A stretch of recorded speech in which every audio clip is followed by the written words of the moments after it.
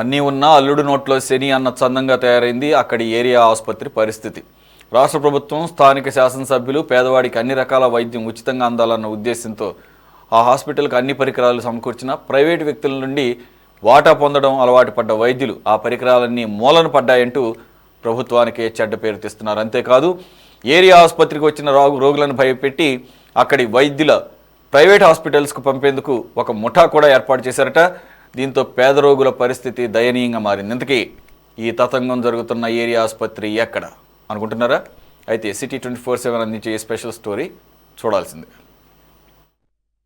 ఆసుపత్రి ప్రైవేటు ఆసుపత్రిని తలదన్నేలా ఉంది కదూ. అవును, జిల్లా ఆసుపత్రిలో ఎన్ని సౌకర్యాలుంటాయో అన్నీ ఈ ఆసుపత్రిలోనూ ఉంటాయి. కావలి నియోజకవర్గంలోని గ్రామాలన్నిటికీ ఈ ఆసుపత్రే దిక్కు కావడంతో ప్రస్తుత ఎమ్మెల్యే కావ్య కృష్ణారెడ్డి ప్రత్యేక దృష్టి పెట్టారు. నెల్లూరు జిల్లా ఆసుపత్రికి దీటుగా అభివృద్ధి చేశారు. ఎంతో శ్రమించి అన్ని వసతులు సమకూర్చారు.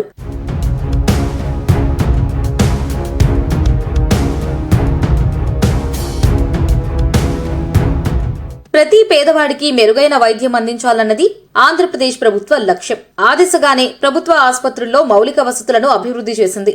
అందులో భాగంగా ఐసీయూ వార్డులను కూడా సిద్ధం చేశారు. ప్రతి విభాగానికి వైద్యులు ఉండేలా చర్యలు తీసుకున్నారు. స్కానింగ్, ఎక్స్రే, మెడికల్ ల్యాబ్లను అధునాతన పరికరాలతో ఏర్పాటు చేసి అందులో సిబ్బంది కూడా నియమించారు. అంతవరకు బాగానే ఉన్నా అన్నీ ఉన్నా అల్లుడి నోట్లో శని ఉన్నట్టయింది కావలి ఏరియా ఆసుపత్రి పరిస్థితి.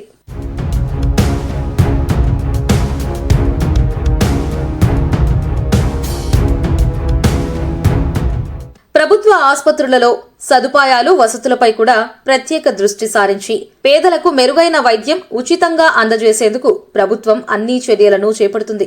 కానీ కాసులకు, కక్కుర్తికి అలవాటు పడ్డ వైద్యుల తీరు ప్రభుత్వానికి చెడ్డ పేరు తెస్తూ పేద రోగులను నరకయాతనకు గురిచేస్తుంది. కావలి ఏరియా ఆసుపత్రిలోని వైద్యులు ఒక్కొక్కరు ఒక్కొక్క ప్రైవేటు హాస్పిటళ్లను ఏర్పాటు చేసుకున్నారు. ఆసుపత్రిలో లక్షల్లో జీతాలు తీసుకుంటూ ప్రైవేటుగా ఎవరిదందా వారు నడుపుకుంటున్నారు. తమ ఆసుపత్రులకు రోగులను పెంచుకునేందుకు మార్కెటింగ్ అడ్డాగా ఏరియా ఆసుపత్రిని మార్చేశారు. దాంతో అన్ని వసతులు ఉన్న నిరుపేద రోగులకు కావలి ఏరియా ఆసుపత్రిలో సరైన వైద్యం అందడం కష్టంగా మారింది. గవర్నమెంట్ హాస్పిటల్కి వచ్చాను. అక్కడ ఎంబుల్ డాక్టర్ గారు ఆ స్లిప్ కూడా నేను తీసుకున్నాను. ఎక్స్రే బయట తీయించుకోమని చెప్పి నాకు చెప్పారు. ఇక్కడ మిషన్ పనిచేస్తుందని చెప్పారు. మాలాంటి పేదలకి సహాయంగా ఉండాల్సిన వాళ్ళు మమ్మల్ని పట్టించుకుంటున్నారు. కృష్ణపేటలో ఎక్స్రే రాశారండి. అక్కడ 500 రూపాయలు పెట్టుకోవాల్సి వస్తుంది. మాలాంటి పేదవాళ్ళు మేము 500 రూపాయలు పెట్టుకునే స్తోమత లేదండి. మేము మా పరిస్థితి కావలి ప్రభుత్వ ఏరియా ఆసుపత్రిలో అనేక రకాల ఇబ్బందులు జరుగుతున్నాయి. అక్కడ వైద్యం అందడం లేదు. వైద్య పరీక్షలకు సంబంధించినటువంటివి ఎటువంటి సౌకర్యాలు కూడా అక్కడ అందుబాటులో లేవు. కావలి నియోజకవర్గంలో 100 పడకల ఆసుపత్రిగా ఉంది. దాదాపు కావలి డివిజన్లో 18 మండలాలకి ఉన్నటువంటి ఏకైక ఆసుపత్రి ఇది. దీనికి జాతీయ రహదారి కూడా చాలా దగ్గరలో ఉంది. అక్కడ జరిగే యాక్సిడెంట్లకు సంబంధించినటువంటి కేసులు కూడా ఈ హాస్పిటల్గా వస్తాయి. ఇటు కందుకూరు నుంచి, ఉదయగిరి నుంచి కావలి దాకా మొత్తం కూడా యాక్సిడెంట్లు కేసులన్నీ కూడా ఈ హాస్పిటల్కి వస్తాయి. ఇక్కడికి వచ్చినప్పుడు ఆ యాక్సిడెంట్కి సంబంధించినటువంటి స్కానింగ్ చేయడంలో కానీ, లేకపోతే ఏదైనా ఈసీజీలు తీయాల్సినటువంటి పరిస్థితుల్లో కానీ, ఐసీయూకి సంబంధించినటువంటి విషయంలో కానీ, లేకపోతే ఇటువంటి అన్నింటిలో కూడా ఒక రోగిని కాపాడాల్సిన దానికి కావాల్సినటువంటి వైద్య పరీక్షలు కానీ, దానికి సంబంధించినటువంటి సదుపాయాలు అవి కూడా అక్కడ లేవనే ఒక విమర్శలు జరుగుతూ ఉన్నాయి. అట్లనే ఈసీజీ కూడా పనిచేయడం లేదు. మిగతా స్కాన్లు కూడా పనిచేయట్లేదు, బయటికి రాస్తున్నారు. ఎక్స్రే కూడా పనిచేయడం లేదు. ఇటువంటి కనీసమైనటువంటి సౌకర్యాలు కూడా 100 పడకల ఆసుపత్రులు లేవాలంటే ఇది చాలా దారుణంగా ఉంది. ఇప్పటికైనా సరే స్థానిక శాసనసభ్యులు అట్లనే కమిటీ సభ్యులందరూ కూడా దాని మీద దృష్టి సారించాలని చెప్పేసి మేము కోరుకుంటా ఉన్నాము. సామాన్య పేద ప్రజలకి అందుబాటులో ఉన్నటువంటి ఏకైక హాస్పిటల్ దాదాపు లక్షల రూపాయలు ఖర్చు పెట్టి పేద ప్రజలు ఎవరు కూడా ప్రైవేట్ హాస్పిటల్కి వెళ్ళి చూయించుకునేటువంటి స్థితిలో లేదు. అటువంటి వాళ్ళకి ఉన్నటువంటి ఏకైక వైద్యాలయం ఇదైతే ఇక్కడ కూడా సౌకర్యం లేకుండా పోతే ఏది వచ్చినా కానీ హాస్పిటల్కి లేకపోతే నెల్లూరుకి రిఫర్ చేయడం వల్ల మీరు కమిషన్ల కోసం చూస్తున్నారా, లేకపోతే నిజంగా వాళ్ళ ఆరోగ్యాన్ని కాపాడడానికి చూస్తున్నారని చెప్పేసి మేము ప్రశ్నిస్తా ఉన్నాం. ఇప్పటికైనా సరే బయటికి స్కానింగ్లు రాయాల్సినటువంటి దురదృష్టమైనటువంటి పరిస్థితి కావలి ఏరియా ఆసుపత్రికి ఎందుకు వస్తుంది? నిజంగా అటువంటి సౌకర్యాలు కావలి హాస్పిటల్లో మనం ఎందుకు చేయలేకపోతున్నాం.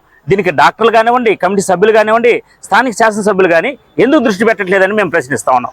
కనీసమైనటువంటి సౌకర్యాలు కూడా లేకపోతే పేద ప్రజలకి ఈ మాత్రం కూడా వైద్యం కూడా అందుబాటులో లేకుండా ఉంటుంది. అందుకని తక్షణమే ఇప్పుడు ఉన్నటువంటి స్కానింగ్ కానీ, ఈసీజీ కానీ ఇటువంటి అన్నిటిని కూడా వెంటనే పరిశీలించి తక్షణం దాన్ని ఏర్పాటు చేయాలని చెప్పేసి మేము కోరుకుంటున్నాం. ఏరియా ఆసుపత్రికి ఎవరు వైద్యం కోసం వచ్చినా టెస్టుల పేరిట బయటకు పంపడం పరిపాటిగా మారిపోయింది. వైద్య పరీక్షలకు ఆసుపత్రిలో అన్ని సౌకర్యాలు ఉన్నా మనకేం లాభం అన్నట్టు వైద్యులు వ్యవహరిస్తున్నారనే ఆరోపణలు ఉన్నాయి. పరీక్షలకు ప్రైవేటు ల్యాబులకు, ఎక్స్రే సెంటర్లకు పంపిస్తున్నారు. కమిషన్లను సొమ్ము చేసుకుంటున్నారు. ఒకవేళ ఎవరైనా ధైర్యం చేసి వసతులన్నీ ఉన్నాయి కదా అని ప్రశ్నిస్తే అవి పనిచేయవు, మూలన పడిపోయాయి, ఇష్టం ఉంటే బయట తీసుకొనిరా, లేదంటే లేదంటూ వైద్యులు రోగులకు హుకుం జారీ చేస్తున్నారని జనం ఆరోపిస్తున్నారు. సార్, నా పేరు ఎస్ మల్లి. నేను దళిత సంఘర్షణ సమితి జిల్లా అధ్యక్షుడిని. మనకి వైద్య రంగము చాలా ప్రధానమైనది సార్. ఎందుకంటే పేదవాళ్ళు, అట్టడుగు వర్గ వాళ్ళు, బడుగు వర్గాల వారు, దళితులు, గిరిజనులు అందరూ కూడా పాపం యానాదులు ఇట్లాంటి వాళ్ళందరూ కూడా చిన్న చిన్న కులాల వాళ్ళు కూడా డబ్బులు లేక గవర్నమెంట్ హాస్పిటల్కి వస్తారు సార్. గవర్నమెంట్ హాస్పిటల్లో ఎంత ఘోరం అంటే మన నెల్లూరు జిల్లాలోనే కావాలే కాదు, కొంచెం జనరల్గా మనం తమిళనాడులో ఒక పేషెంట్, గవర్నమెంట్ హాస్పిటల్ పేషెంట్ వస్తే భుజాల మీద వేసుకోబోతున్నారు సార్. నేను చూశాను ప్రత్యక్షంగా. ఎంత ట్రీట్మెంట్ అంటే అందుకని ఆ రాష్ట్రంలో మరణాల రేటు కూడా చాలా తక్కువగా ఉన్నాయి. ఆంధ్రప్రదేశ్లో మరణాలు సృష్టించి వీళ్ళే చంపుతున్నారు మనుషుల్ని. ఎంతమందిని పేదవాళ్ళని చంపుతున్నారు అంటే గవర్నమెంట్ హాస్పిటల్లో అంతమంది పేదవాళ్ళని చంపుతున్నారు. ఇది ఒక తంతుగా మారింది సార్. వీళ్ళు గవర్నమెంట్ డాక్టర్లకి దోషం అయిపోతున్నారు. కేవలం చూడండి, మన గవర్నమెంట్ హాస్పిటల్ అయినటువంటి కావల్లో ఎంత దందా జరుగుతుంది. వీళ్ళు డాక్టర్లు వాళ్ళందరూ కూడా ప్రైవేట్ హాస్పిటల్ నడుపుకుంటున్నారు. ఏడేమంటే 1,50,000 జీతం తీసుకుంటారు. అక్కడ ప్రతి ఒక్కరిని ఎండార్స్మెంట్ చేసి వాళ్ళ 9 గంటలకు 9 గంటలకు వచ్చి దాదాపు 11-12 గంటలకు వాష్ అవుట్ అయిపోయి వాళ్ళ ప్రైవేట్ క్లినిక్లకు ఎల్లని తీసుకోబోతున్నారు. మళ్ళీ ఆడ ప్రతి గేట్ దగ్గర ఒక అటెండర్ని పెట్టుతారు. ఇక్కడ నయం కాదు నీకు, మా పెద్ద డాక్టర్ కాడికి పో, ఆ డాక్టర్ కాడికి పో, ఈ డాక్టర్ ఆడ ల్యాబులు అన్నీ ఉంటాయి అని చెప్తారు. ఎక్స్రే అంటే ఎక్స్రే మూలబడి ఉంటుంది. ఎప్పుడు ఎక్స్రే మూలబడి ఉంటుంది. అది 2 నెలల నుంచి పని చేయలేదు, శాశ్వతంగా పని చేయట్లేదు. ఎందుకంటే ఎవరన్నా పెద్దవాళ్ళు వస్తే మాత్రం పని చేస్తుంది, మిగతా వాళ్ళకి పేదవాళ్ళకి మాత్రం ఎట్టి పరిస్థితుల్లో పని చేయదు. అది ఒకటే కాదు, ఆయుర్వేద డాక్టర్ ఉన్నాడు, ఎప్పుడు సెల్ ఫోన్ చూసుకుంటుంటాడు. ఇంకొక డాక్టర్ ఉన్నాడు, అందరూ సెల్ ఫోన్లో చూసుకుంటూనే ఉంటారు. ఎంత దుర్మార్గం అంటే వీళ్ళకి జీతాలు దాదాపు మెయింటెనెన్స్ 5 కోట్ల రూపాయలు సార్. దీనికి గవర్నమెంట్ హాస్పిటల్కి జీతాలు అయితే ఏమి, శానిటేషన్ అయితే ఏమి, మొత్తం కూడా 5 కోట్ల రూపాయలు. 5 కోట్ల రూపాయలు ప్రైవేట్కి వ్యక్తులకి ఇచ్చినా కూడా ఇప్పుడు మనకి వైద్యం అనేది చాలా పేదవాళ్ళకి అందుబాటులో ఉంటుంది. ఎంత నిర్లక్ష్యం అంటే కనీసం హాస్పిటల్కి వస్తే ఒక అనాథ మహిళలు నీ ఎట్టంటే అది కట్ చేసేసి చచ్చిపోయింది తీసుకోపోండి అంటారు. అంత దుర్మార్గంగా తయారవుతున్నారు సార్ వీళ్ళు. మళ్ళీ ఇంటెన్స్ అది ఐసీయూ ఉంది, ఐసీయూలో అన్ని వస్తువులు ఉన్నాయి సార్, తీసుకొచ్చి పెట్టున్నారు. అన్ని వస్తువులు ఉన్నాయి, అన్ని ఎక్విప్మెంట్ ఉంది, అంత ల్యాబ్ ఉంది. కానీ ల్యాబ్లో పనిచేసేవాడు ల్యాబ్లో ఉన్నాడు, వాడంతా ఎప్పుడు ఫోన్లో ఉంటాడు. మళ్ళీ ఏదైనా మన ప్రతి ఒక్కరికి షుగర్ సార్. ఇప్పుడు షుగర్ కోసం వచ్చి టెస్టులు చేయమంటే ఆ టెస్ట్ చేస్తే రేపు ఎల్లుండి వస్తుంది. ఆ టెస్ట్ ఎల్లుండి వస్తుంది సార్. ఇప్పుడు 5 నిమిషాలు ఇస్తుంది ప్రైవేట్ హాస్పిటల్లో. షుగర్ టెస్ట్ కానీ, యూరిన్ టెస్ట్ కానీ, అన్ని టెస్టులు కూడా 5 నిమిషాల్లో మనకు నీకు వచ్చేస్తుంది. వీళ్ళు 2 రోజుల తర్వాత రమ్మంటారు.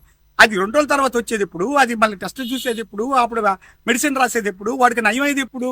ఈ లోపల మా మనిషి సావాలి, వచ్చాడు అంతే, సావాలనే టార్గెట్ పెట్టుకుంటున్నారు ప్రభుత్వం కూడా.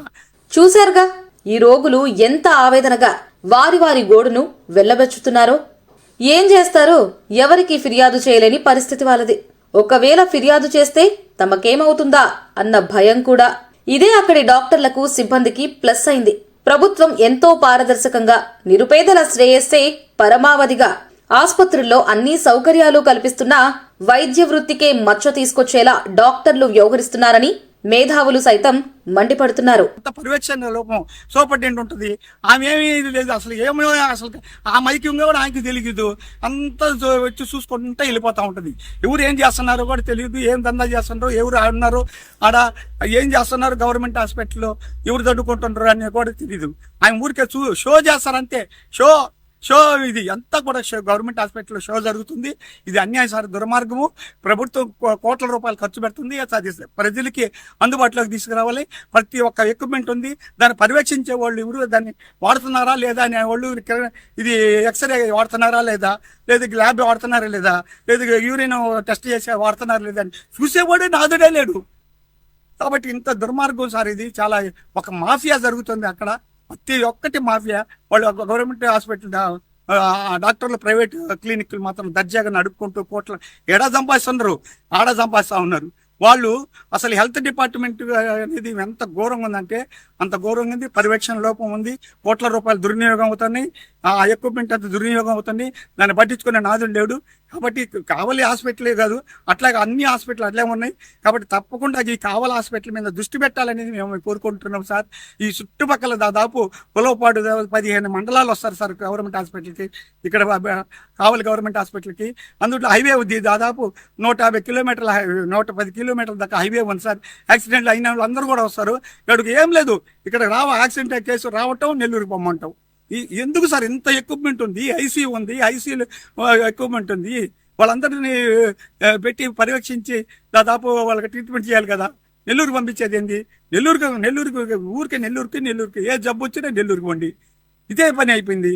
లేకుంటే మా హాస్పిటల్కి డబ్బు ఉందా, మా హాస్పిటల్కి రండి, ఇదే పని అయిపోయింది సార్. ఇది దందా జరుగుతుంది, ఇది మాఫియా జరుగుతుంది. పేద ప్రజలందరూ మీరే కాపాడాలని కోరుతున్నాను సార్. దీని ద్వారా మా సమస్యలన్నీ కూడా మీకు తెలియజేస్తున్నా.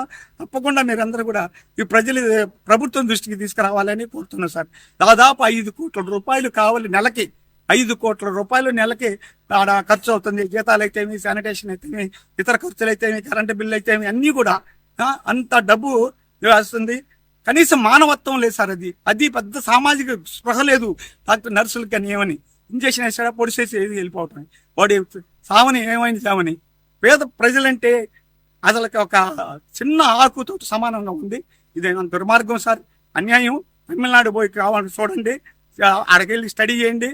ఆ విధంగా వచ్చే విధంగా మాకు పేద ప్రజలకి న్యాయం చేయాలని కోరుతున్నాను సార్. పేదలకు భరోసా కల్పించాల్సిన వైద్యులే ఇలా వ్యవహరించడంపై కావలివాసులు మండిపడుతున్నారు.